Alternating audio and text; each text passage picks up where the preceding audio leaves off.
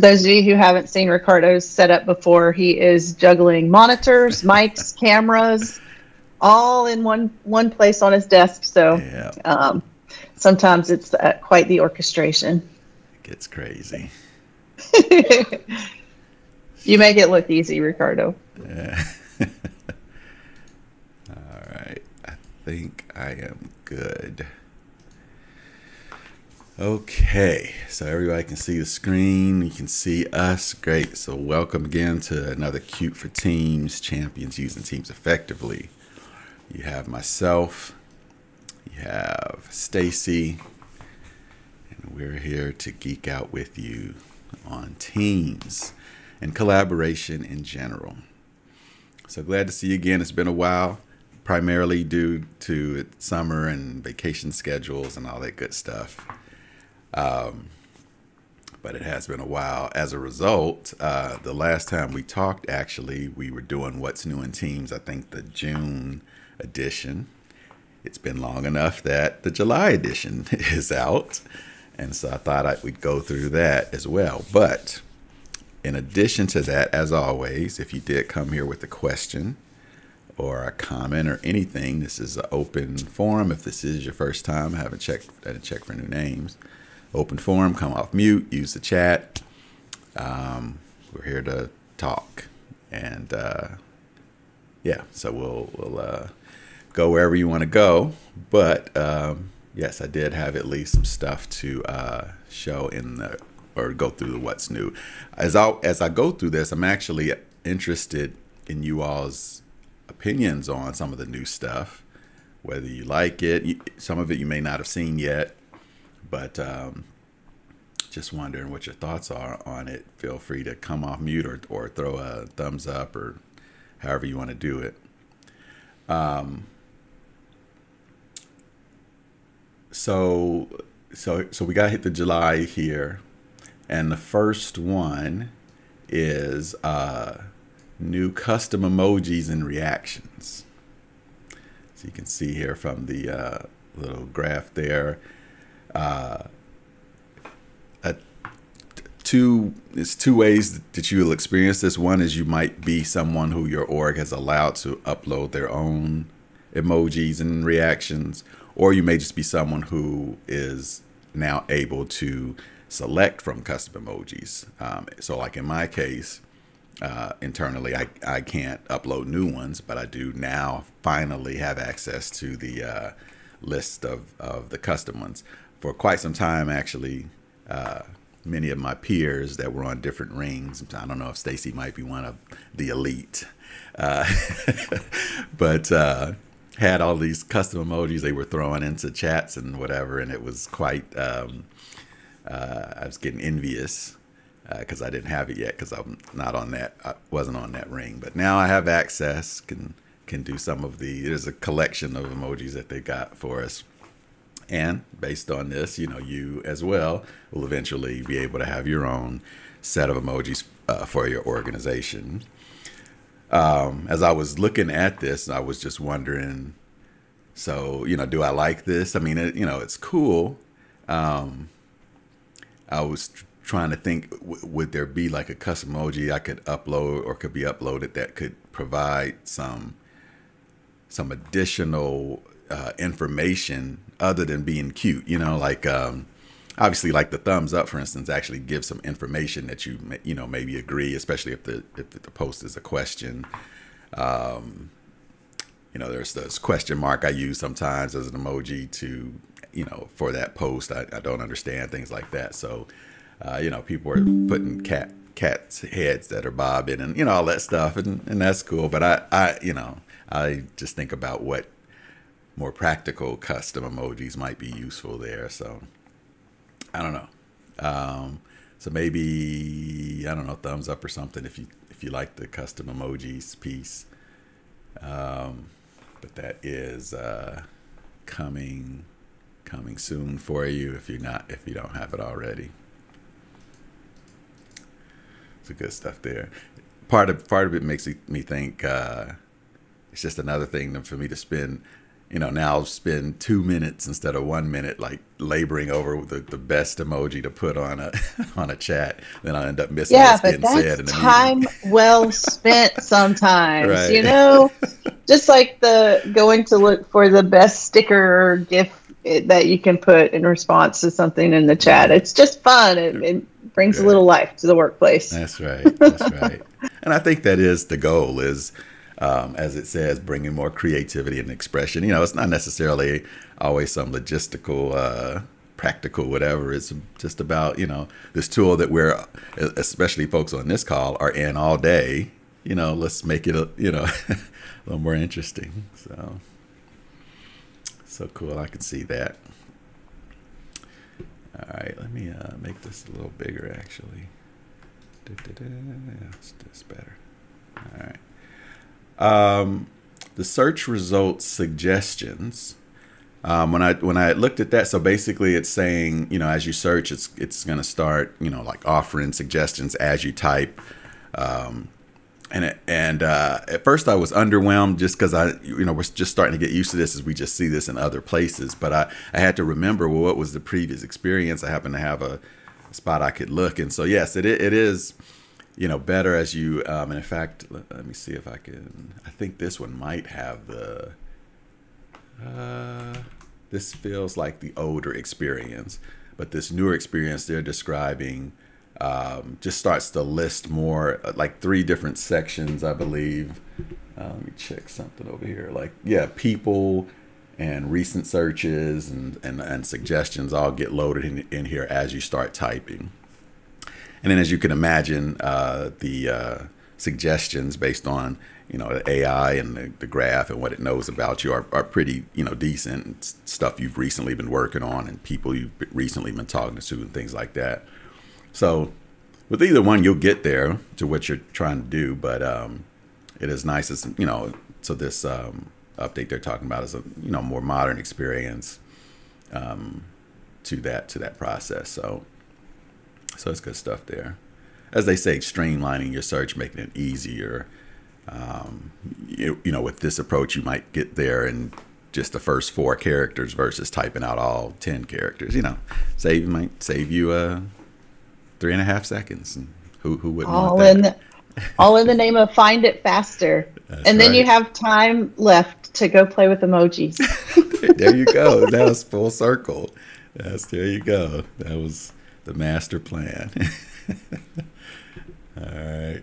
Now this next one is a big one for me because so what it is it's you have the ability to change a couple of sound notifications. So in this case, your urgent and priority contacts and your incoming calls, request to join, and meeting start notifications. Well, actually, let me see. Is this correct? I know the first one is priority. That second one, I believe, is right. Let me see if I got it here. Settings and notifications. Yes. So play sounds with notifications. Play sounds with urgent. There we go. So I think this is like your standard any of your standard pop-ups from Teams, and this one is specific to your contacts. The reason I started laughing on this one is because I changed this for my priority contacts, and then I think I forgot, and I put a really alarming sound. I think I chose escalate, and I don't know if you can even hear that. I chose escalate, and it was freaking me out when it was making that sound when as it's supposed to when my priority contacts were sending messages, but it kind of sounds like a phone ringing. So I thought I was missing a call. I was very confused, even though I was the one that made the change. So that's why this one's a little funny to me. But I also think though it's just significant because again, this crowd here, we've been using Teams for years. You've gotten used to and or maybe annoyed with some of the common sounds. So the ability to get yourself a fresh new sound. It's the little things, little quality of life things. So I think, for instance, with the first one, I chose pluck. You know, it's just a little kerplunk or something, you know, little sound, but it's different, you know, and so it just felt nice to my ears. So yeah, so this one was a welcome change for me. I wouldn't mind more sound choices. I wouldn't mind more choices per, you know, maybe different things in teams. Maybe a sound for when I'm following a particular channel post, which we'll actually talk about in a sec. Actually talk about next. So that would be nice. But so yeah, you may or may not be seeing this in your teams, but it's a cool one. Oh, and then to their point, mute notification sounds when you're busy. I guess you could choose. Can you choose none or default? Let's see. No, maybe not. Okay. Oh, they mean, so by that they mean unchecking the play sounds. If you don't want to hear anything, which you could have days like that, then you just start unchecking stuff. Then it becomes all visual. So good stuff there. Now the second one that I kind of teased already, turning off notifications for a channel post, turning on or off notifications for a channel post. And I don't know, Stacy, I felt like this used to be a thing and then it went away and now it's back. Yeah, I think you're right. Yeah, so, and I used to like this and I'm glad it's back, this ability on a particular post to basically you're telling yourself you want to follow this conversation. When people reply to this, not anything else in the channel, but this post, then give me a notification, which is a big deal to me. I mean, we're in a lot of teams where people ask questions to a larger group. They don't always get answered, but you know, if someone has a question that I have, then I do want to know when someone does answer their question. And there's enough of those out in different teams that I'm in that I can't keep track of all of them. So that's cool for me. So yeah, so this could be a channel that otherwise is maybe you're not interested in, or maybe it's chatting, you've turned off notifications in general, but that particular conversation you want some notification on. So I like it. Yeah, in theory they could have called it follow, because I feel like that's its overwhelmingly, you know, the primary focus is you want to follow what's going on with this particular channel. But yeah, turning on and off notifications, that works too. So yeah, hopefully that's, I would think people would want to use that. Teams, I guess that's kind of bringing more functionality, I think, to the web for guests. This one, a couple things I was going to ask about. Actually, let's just start here. First, I'll say, no, I think I'm going to jump around. Where was that? There we go. We're told that Town Hall is in GCC. I know you got a lot of GCC users here. I don't know if anybody can thumbs up or hand raise that can confirm that you now have Town Hall, using it, loving it, all that good stuff. Maybe. Maybe not. Well, if you don't have it yet, coming soon, according to this. And in fact, say have Town Hall, but there isn't Q&A. All right, so in the chat, you have Town Hall, but not Q&A. And as this says, moderated Q&A will also be available in the near future. Yep. So you're hearing September in the chat. Okay. So good. It's confirmation that this is not a lie.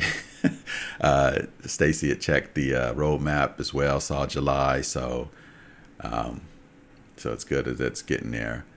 So, I saw the post about, until Q&A gets there, it's limited, use. I will say we could talk about, we'll talk about some of this other things up here that also might help. But also, I think I saw a question does it terminate live event? There is a separate roadmap. I think live event, it does not terminate, immediately. I think it's down the line. I don't know if it's like into this calendar year or somewhere into 2025, but they changed that roadmap and gave more time for all of that. So ultimately, yes, it's live events goes away, but not immediately based on this particular rollout. If I scroll back up, one of the things I was going to say that even if Q&A isn't there, there are some cool things that live events didn't give us that Town Hall does, and webinar, depending on your licensing. So this one here, so those of you out there who are producers for your large events, I know some of you are, this is welcome. Seeing all of your speakers or presenters for the meeting and being able with a little checkbox to be able to say who's going to be shown, being able to show multiple presenters, all that good stuff. So that's a nice one. So that really, and this view here helps you see exactly what your users are able to see or are seeing. And again, remember, these are functionality for both Town Hall as well as webinar. I believe with webinar, it does require Teams Premium. And I think that's what that says. All teams licensed for Town Hall. Yep. Team Premium for webinars. Yep. So if you are doing, just to keep us on the same page, Town Hall versus webinars. Webinars are essentially enhanced Teams meetings with the 1,000 person limit. Town Halls are large scale, 10, I think maybe even 20,000 is still the current limit. Very large scale events with less functionality than your normal Teams meeting. So that's kind of where you decide which one to use, certainly based on the number of people, but also functionality that you want. But they do share some common functionality like this what can you see kind of approach with the right licensing like Teams Premium. So if you're doing a lot of large scale events, that might make a good case for Teams Premium.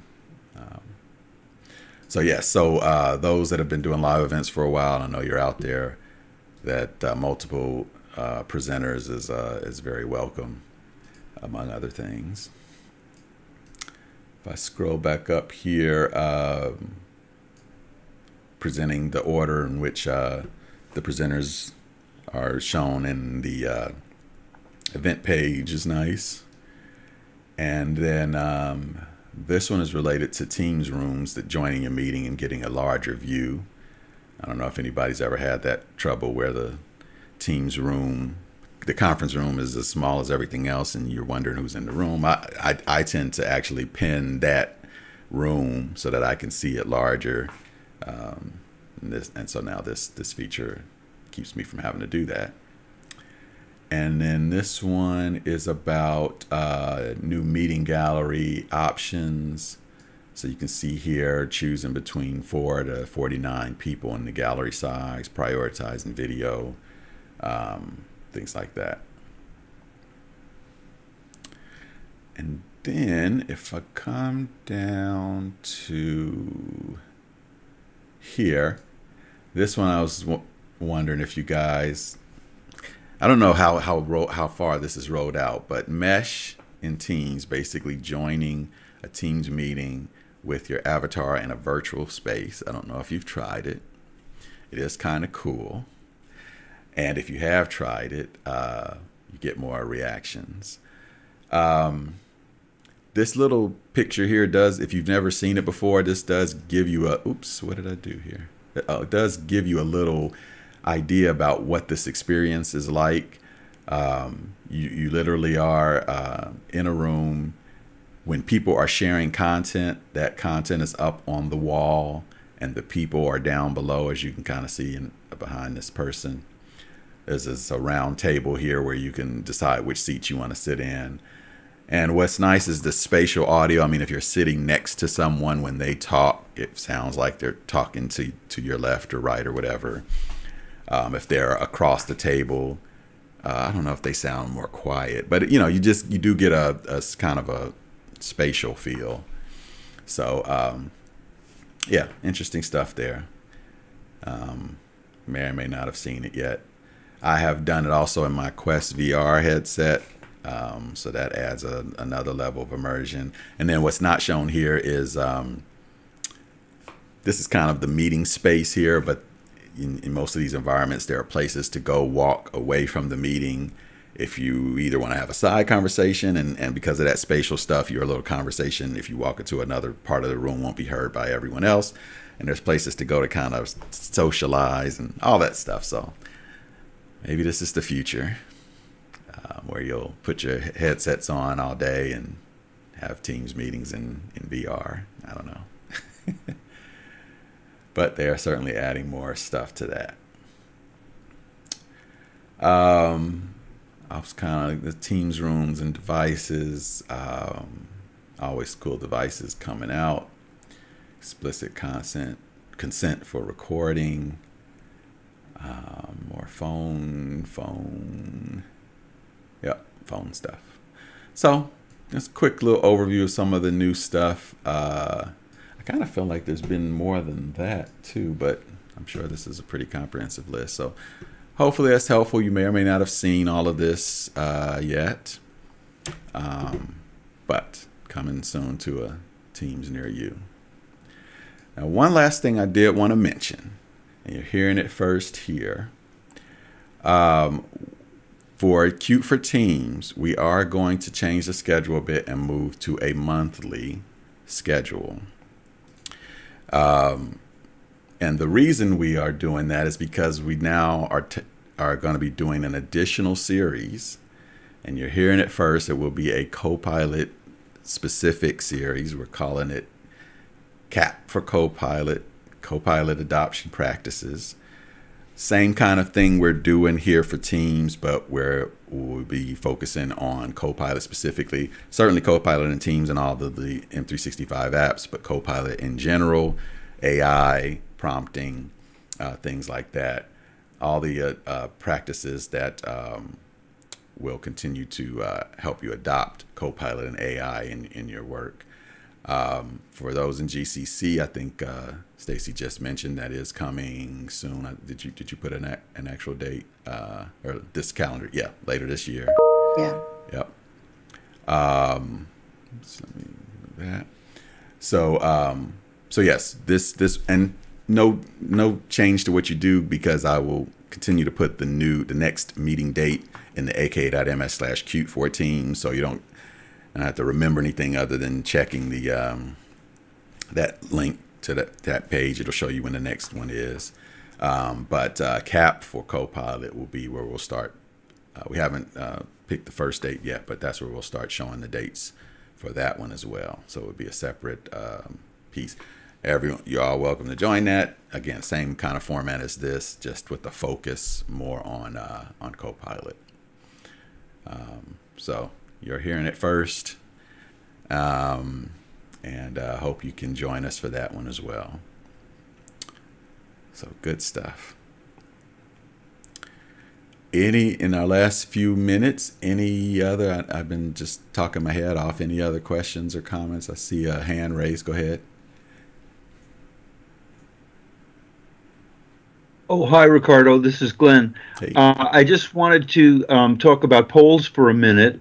In the past, we've always done a one-question poll, and I was in a rehearsal for an annual, very large meeting that will be having hundreds of people, and the person who was in charge of polls said, "Oh, I think this is new. Teams is letting us put multiple questions in polls."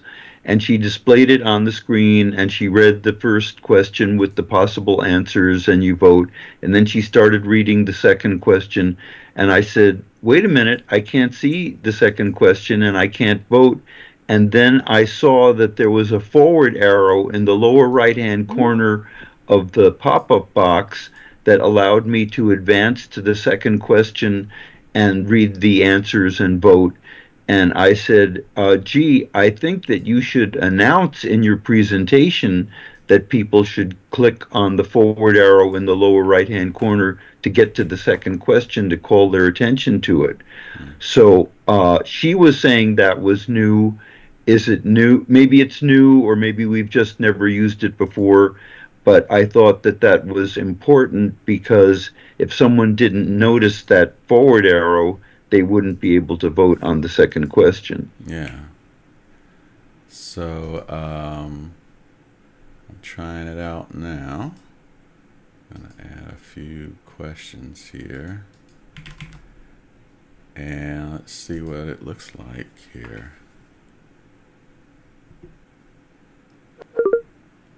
So yeah, you do have the arrows down at the bottom. So now I will say, at least, you know, trying this out here, they shouldn't miss it, because anything can happen, but I mean, you can't submit this right until I think they get to the end. There's our submit button. I can still see somebody assuming that I've made my choice and it's just automatically recorded. So you're right. I agree with you. As a best practice, it is useful to say, hey, there's multiple questions here. Look at the arrows, because I would agree. Most of the time, I only see one question posed here. In fact, I usually see people just create multiple polls when they have additional things to ask. So I like your idea of making that a practice, to point out the arrows for the multiple questions, and then of course that at the end is when they're able to submit all of their responses. And so yeah, even the responses here have an arrow. So yeah, thanks for that call out. That is nice. So yeah, and so to the question of, is it new? I mean, it feels new. I feel like I don't know, maybe I wasn't paying attention, but it feels like I haven't seen this before. And in the meetings I'm in where people are using polls, I've not seen people using this multi-question poll. So I don't know if anybody out there can confirm that this has popped up new for them, but it does feel like it is new functionality. So good stuff. Thanks.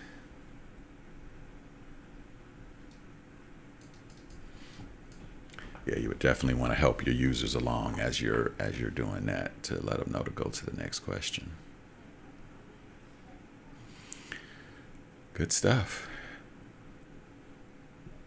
Anything else out there?